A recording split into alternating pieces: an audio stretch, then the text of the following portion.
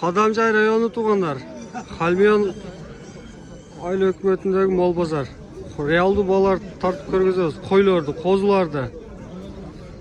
Kaçadan suradı şulardı? 5 başta 51 sura açtılar. Realdu balarımdan. 62 oldu. Eki koçkor. 62 mingden boldu. Koylar kaçadan boldu aka? 20 mingden oldu turna. Realdu balar. Kaçadan boldu aka? 16 mingden boldu. Urgaçı toktular. Eski kança boldu? 7300. 7300'ge alınıp tur şu.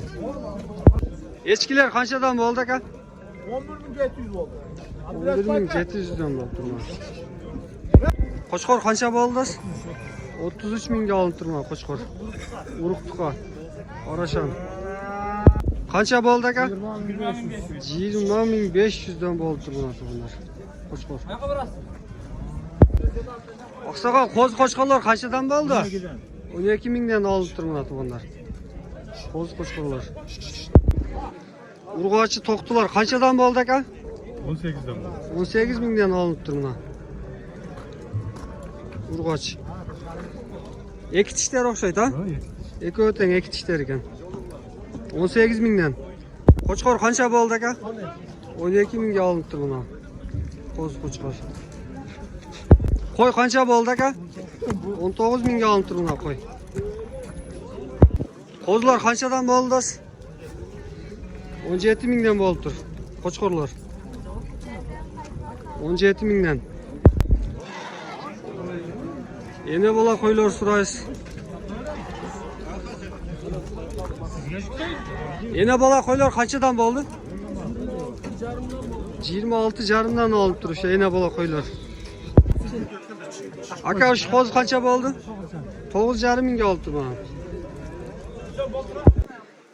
Koz koçkorlar kaçadan boldu kam? 20 mingden alıp durma koz koçkorlar. 17 mingden 20 mingge çeyin alınıptır. Ene bola kaça boldu aka? 23 mingge alıp durma ene bola. Jaş koy eken. Koz erkek eken ha? Koz erkek koy 4 diş koy eken. 23 mingge alıptır. Koz koçkorlar tuğanlar. Kaçadan eken? Ha? 18 ming 20 ming. Kaçadan beribediңер? 14,5 mingge satılıptır. Koy kança boldu kam? 17'ge beribediň.